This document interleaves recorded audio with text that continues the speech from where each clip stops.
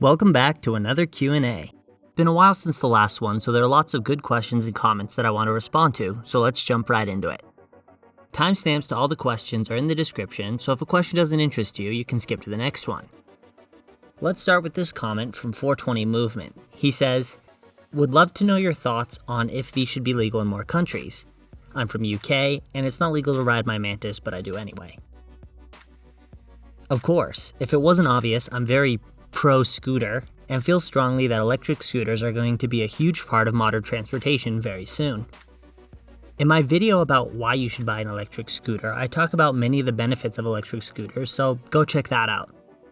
The current issue with electric scooters is that with the advent of rideshare electric scooters, scooters have been thrust into the public eye very quickly and unexpectedly over the past few years.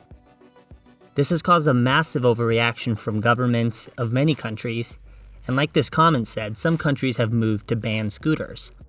My hope is that these restrictions and bans will be temporary. People, especially government officials, have a tendency to reject things that are new or hard to understand. People of any political view can see why the rise of an emissionless alternative to driving can be beneficial to reducing smog and traffic and providing a convenient way to move around a city without clogging up public transportation, just to name a few benefits. It might take some time for the fear of the unknown to subside. There's a lot more here that I could talk about, but I'll stop here to avoid rambling. Next question says, "Hi Arcanine, I recently bought a Kaabo Mantis and want to upload some videos to YouTube. Can you make a video about what camera gear you use and also what editing software you use as well?" Sure. Here are the main things I use to shoot my videos. All my first-person ride footage is shot with a GoPro Hero 8 Black. If you want to know what settings I use with the GoPro, for both day and night, I cover all that in my last questions and answers video towards the end. That'll be down in the description and up in the top right corner right now. I always ride with the GoPro mounted on my chest using the official GoPro chesty mount.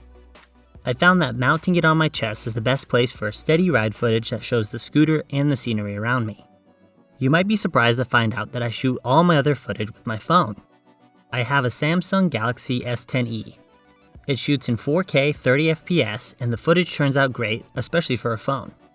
The tripod I use for my phone is a Manfrotto, and I absolutely love this thing.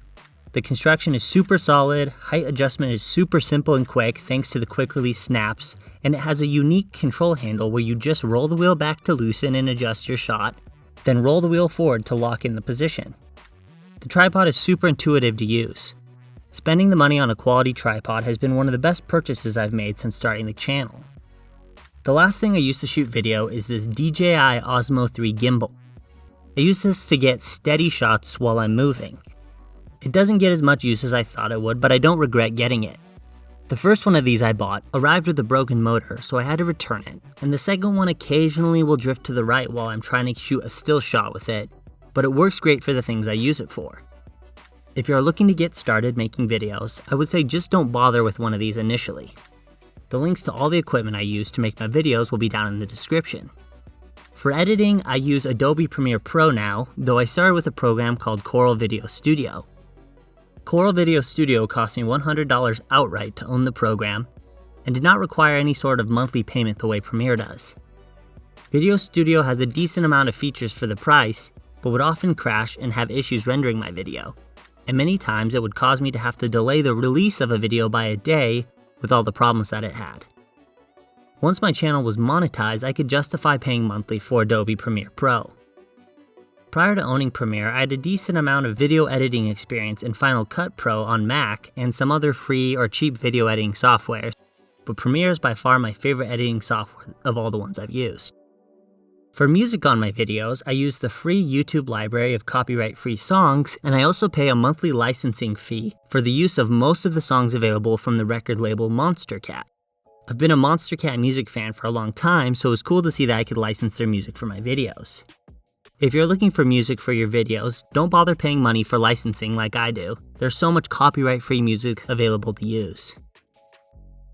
Some of you have been asking for an update on the Hiboy S2, and since not enough has happened to justify making a separate video for it, I'll include what's happened to it so far here. I would still recommend and am still loving the Hiboy S2 Pro. I mentioned in a video that I felt like I'd pushed out the full review on the scooter a little bit too fast.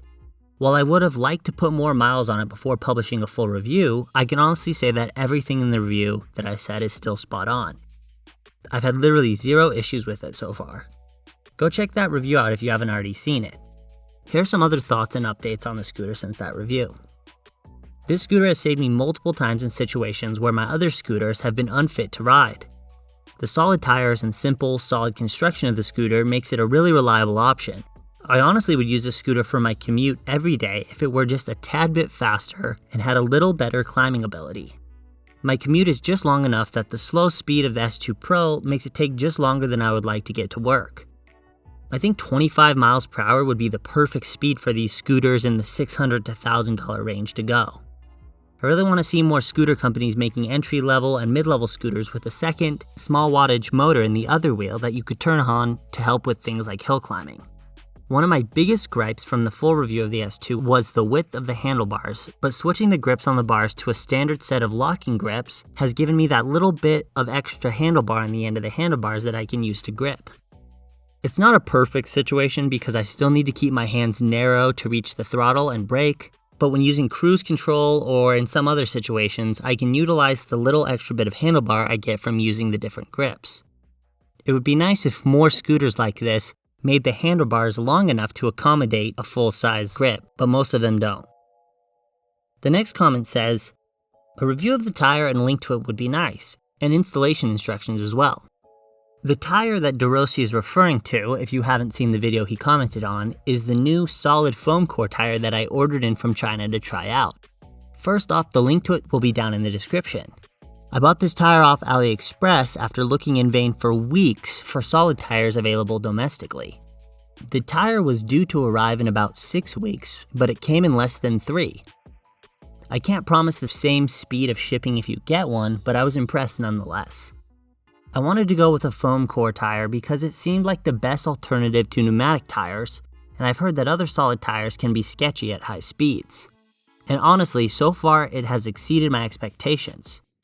It's not as shock absorbing as a pneumatic tire, obviously, but I will take the peace of mind of not ever having to change another stupid inner tube again for the small increase in bumpiness.